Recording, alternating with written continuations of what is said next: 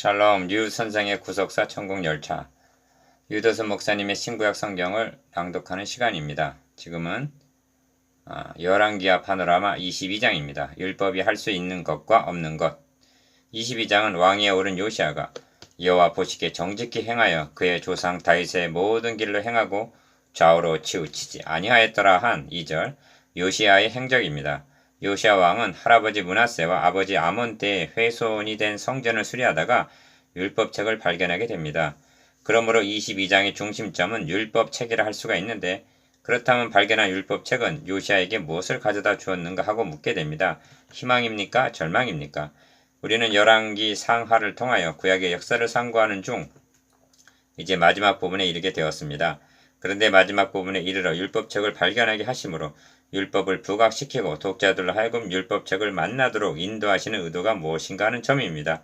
율법서를 발견하게 하심으로 제기되는 물음은 구약시대 내내 율법이 할 수 있는 일은 무엇이었고 할 수 없는 것은 무엇인가를 깨닫기를 원하고 있는 것입니다. 그래서 22장의 주제를 율법이 할 수 있는 것과 없는 것이라고 정한 것입니다.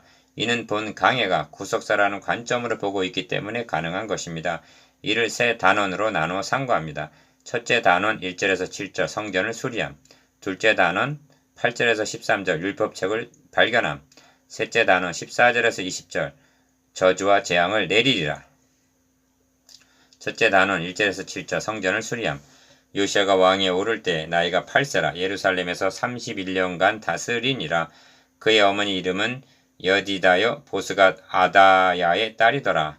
요시아가 여호와 보시기에 정직히 행하여 그의 조상 다윗의 모든 길로 행하고 좌우로 치우치지 아니하였더라 합니다. 2절 열왕 중에 그의 조상 다윗의 모든 길로 행했다는 평을 들은 왕은 히스기야와 18장 3절 요시아 뿐입니다.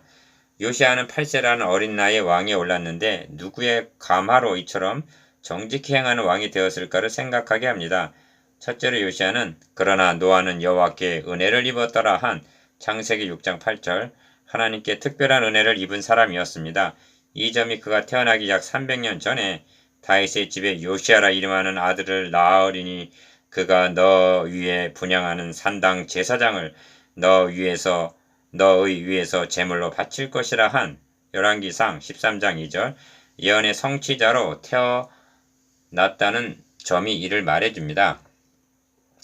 또한 암흑기였던 아합 왕 때 하나님께서 엘리야에게 그러나 내가 이스라엘 가운데 7,000명을 남기리니 다 바알에게 무릎을 꿇지 아니하고 다 바알에게 입맞추지 아니한 자니라 하신 대로 열왕기상 19장 18절 어느 시대나 남겨두신 자들은 있기 마련인데 그들의 감화를 받았을 것입니다. 요시아가 26세 되었을 때 우선적으로 성전에 부서진 것을 수리하게 했는데 5절 이는 조부 므낫세와 부친 아몬이 더럽히고 어지럽혀 놓았기 때문입니다.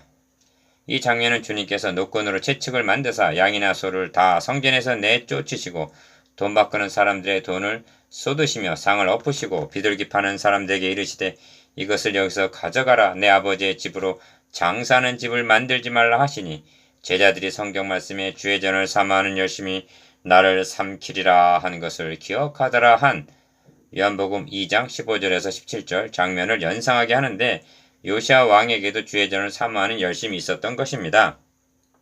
둘째 단원 18절에서 13절 율법책을 발견함. 성전 수리를 감독하던 대제사장 힐기야가 내가 여호와의 성전에서 율법책을 발견하였노라 8절 하는 것이 아닌가? 율법책을 발견했다는 것은 그동안 잃어버리고 있었다는 것이 됩니다. 하나님께서는 그가 왕위에 오르거든 이 율법서의 등사본을 레위 사람 제사장 앞에서 책에 기록하여 평생에 자기 옆에 두고 읽고 그의 하나님 여호와 경외하기를 배우며 이 율법의 모든 말과 이 규례를 지켜 행할 것이라고 신명기 17장 18절 19절 명하셨는데 이 율법책을 잃어버린 시대란 어떤 시대인가? 하나님께서는 엘리야에게 너는 여기서 떠나 동쪽으로 가서 요단 앞 그리 시냇가에 숨으라 하셨습니다. 열왕기상 17장 3절 선지자 말씀은 숨고 율법책을 잃어버린 시대가 암흑시대인 것입니다. 복음을 잃어버린 중세가 그러했고 또한 이 시대가 그러한 것입니다. 그렇다면 그동안 왕들은 무엇에 근거하여 백성들을 다스렸단 말인가? 서기관 사반이 왕에게 돌아가서 보고하여 이르되 제사장 hil기야가 내게 책을 주더이다 하고 발견한 율법책을 왕의 앞에서 읽었다 합니다. 발견한 율법책이란 모세오경의 전부였거나 아니면 일부였을 것입니다. 이는 본래 모세가 기록하여 하나님의 언약궤 곁에 두어 증거가 되게 하라고 명하신 것입니다. 신명기 31장 24절에서 26절. 그런데 등한히 여기고 배척하다가 망각하여 결국 잃어버렸던 것입니다. 그런데 성전을 수리하다가 이를 발견했다니 얼마나 큰 축복인가. 그런데 웬일입니까? 왕이 기뻐한 것이 아니라 왕이 율법책의 말을 듣고 곧 그의 옷을 찢으니라 합니다. 11절. 19절에서는 옷을 찢고 통곡하였다고 말씀합니다. 율법책을 발견하기 전에는 옷을 찢거나 통곡하지 않았습니다. 왜 옷을 찢고 통곡을 했는가? 율법을 통하여 열조의 죄를 깨달았기 때문입니다. 율법책을 발견했다는 것은 곧 죄를 발견하게 되었다는 것과 같은 뜻의 다른 표현인 것입니다. 그렇다면 왕 앞에서 율법책을 낭독하고 있는 사반은 어찌하여 통곡했다는 말이 없는가? 통곡을 하지 않은 것은 율법책을 읽으면서도 그리고 안다고 하면서도 죄를 깨닫지를 못했기 때문이라고 말할 수밖에 없는 것입니다. 여기에 요시아의 다른 점이 있는 것입니다. 과연 그는 여호와 보시기에 정직히 행하여 조상 다윗의 모든 길로 행한 왕이었던 것입니다. 요시아가 듣게 된 율법의 말씀은 신명기 28장 29장으로 여겨지는데 여러 나라 사람들도 묻기를 여호와께서 어찌하여 이 땅에 이같이 행하셨느냐 이같이 크고 맹렬하게 노하심은 무슨 뜻이냐 하면 그때 사람들이 대답하기를 그 무리가 자기 조상의 하나님 여호와께서 그들의 조상을 애굽에서 인도하여 내실 때 더불어 세우신 언약을 버리고 가서 자기들이 알지도 못하고 여호와께서 그들에게 주시지도 아니한 다른 신들을 따라가서 그들을 섬기고 절한 까닭이라.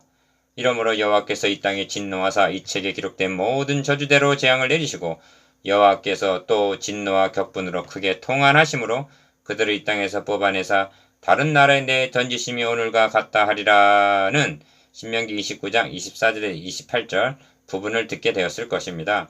그리하여 요시아 왕은 제사장과 대신들에게 너희는 가서 나와 백성과 온 유다를 위하여 이 발견한 책의 말씀에 대하여 여호와께 물으라. 우리 조상들이 이 책의 말씀을 듣지 아니하며 이 책에 우리를 위하여 기록된 모든 것을 행하지 아니하였으므로 여호와께서 우리에게 내리신 진노가 크도다 합니다. 13절. 셋째 단원 14절에서 20절. 재앙과 저주를 내리리라. 이에 제사장 hil기야와 또 아히감과 악볼과 사반과 아사야가 여선지자 훌다에게로 나아가니 그는 하라스의 손자 디과의 아들로서 예복을 주관하는 살룸의 아내라 합니다. 14절. 여기서 의의 말씀을 대하게 되는데 대제사장이 예복을 주관하는 살룸의 아내 여선지자 훌다에게 묻고 있다는 것입니다. 사무엘 당시도 하나님은 대제사장 엘리가 아닌 어린 사무엘에게 말씀하셨습니다. 욥기에서는 엘리우라는 젊은이가 내가 말하기를 나이가 많은 자가 말할 것이요 연륜이 많은 자가 지혜를 가르칠 것이라 하였노라. 그러나 사람의 속에는 영이 있고 전능자의 숨결이 사람에게 깨달음을 주시나니 어른이라고 지혜롭거나 노인이라고 정의를 깨닫는 것이 아니니라. 욥기 32편 7절에서 9절 라고 한 말을 생각하게 합니다. 요시아가 여선지자에게 물으러 보낸 것은 혹시 그에게서 희망이나 해답을 기대했기 때문이 아니겠습니까? 그런데 훌다의 대답이 무엇입니까? 여호와의 말씀이 내가 이곳과 그 주민에게 재앙을 내리되 곧 유다 왕이 읽은 책의 모든 말대로 하리니 합니다. 16절.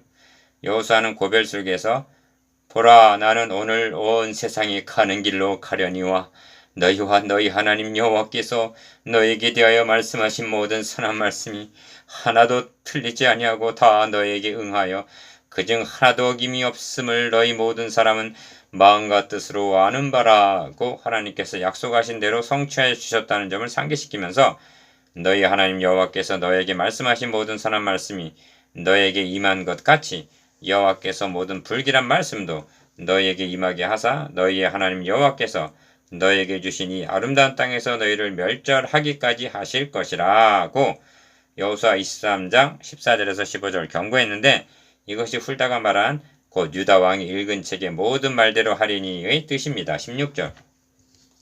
왜냐하면 이는 이 백성이 나를 버리고 다른 신에게 분향하며 그들의 손의 모든 행위로 나를 격노하게 하였습니다. 그러므로 내가 이곳을 향하여 내린 진노가 꺼지지 아니하리라 하라 하셨느니라 합니다. 17절. 그리고 부언하기를 유다 왕에게는 너희가 이렇게 말하라. 요시야가 율법 책의 말씀을 듣고 마음이 부드러워져서 여호와 앞 곧 내 앞에서 겸비하여 옷을 찢고 통곡하였으므로 나도 너의 말을 들었노라 하십니다. 19절. 그러므로 보라 내가 너로 너희 조상에게 돌아가서 평안히 묘실로 돌아가게 하리니 내가 이곳에 내리는 모든 재앙을 너의 눈이 보지 못하리라 하셨느니라. 20절. 즉 요시야 당대에는 심판을 하시지 않으시겠다는 말씀입니다. 그러니까 보류하실지언정 여호와의 거룩하심으로 말씀하신 율법은 폐할 수가 없다는 것입니다. 그렇다면 해결책은 없는 것입니까? 율법으로는 불가능합니다. 그러므로 보류하신다는 주제를 구속사적으로 보면 구약시대란 이처럼 보류하신 시대였던 것입니다. 이 점을 신약성경은 하나님께서 길이 참으시는 중에 전에 지은 죄, 구약시대 죄를 간과하신 시대였다고 말씀합니다. 언제까지 참으시면서 간과하셨는가? 곧 이때 자기의 의로움을 나타내사 로마서 3장 25절 26절 즉 자기 아들에게 구약시대의 죄와 신약시대의 모든 죄를 위하여 십자가에 내어 주실 때까지라고 말씀합니다. 그리스도에게로 인도해 주시는 초등교사 22장을 마치기 전에 부언해야 할 말씀이 있습니다. 그것은 요시야와 같은 사람이 신약 성경에도 있었다는 점인데 그 사람은 바울입니다. 율법을 발견하기 전에는 흠이 없는 자라고 자부하던 바울이었습니다. 그러나 전에 율법을 깨닫지 못했을 때에는 내가 살았더니 계명의 이름에 죄는 살아나고 나는 죽었도다. 로마서 7장 9절. 즉 율법책을 발견하기 전에는 산 줄 알았는데 율법을 통하여 죄를 발견하고는 오라 나는 공고한 사람이로다. 이 사망의 몸에서 누가 나를 건져내랴 하고 옷을 찢으며 통곡하기에 이르렀던 것입니다. 우리는 잃어버렸던 율법책을 발견해야만 합니다. 발견한 율법책을 통하여 죄를 발견하고 죄로 말미암아 자신에게 임할 진노와 저주를 깨닫고 옷을 찢고 통곡하는 회개 운동이 일어나야만 하는 것입니다. 요시야 왕은 율법책의 말을 듣자 곧 그 옷을 찢고 통곡하였습니다. 11절 19절. 어찌하여 환성을 지르지 않고 옷을 찢고 통곡을 했습니까? 왕이 옷을 찢는다는 것은 극도의 슬픔과 절망을 나타내는 것입니다. 그것은 기쁜 소식이 아니라 무섭고 두려운 정죄와 심판과 저주의 말씀으로 가득하였기 때문입니다. 요시야는 차라리 이 율법책을 발견하지 않았던 편이 좋았을 것이라 생각했을 것입니다. 율법책은 요시야 왕에게 희망이 아니라 절망을 가져다 주었습니다. 이것이 율법이 할 수 있는 일입니다. 그렇다면 율법이 할 수 없는 일이 무엇입니까? 조상 대대로 흘러내려온 눈덩이 같은 죄를 해결해 주지를 못합니다. 진노와 저주로부터 구원하는 일을 율법은 할 수가 없었던 것입니다. 그러나 성경을 말씀하기를 율법이 할 수 없는 그것을 하나님은 하시나니 합니다. 로마서 8장 3절. 어떠한 방도로 행해 주시는가? 이 점을 다음 장에서 발견하게 될 것입니다.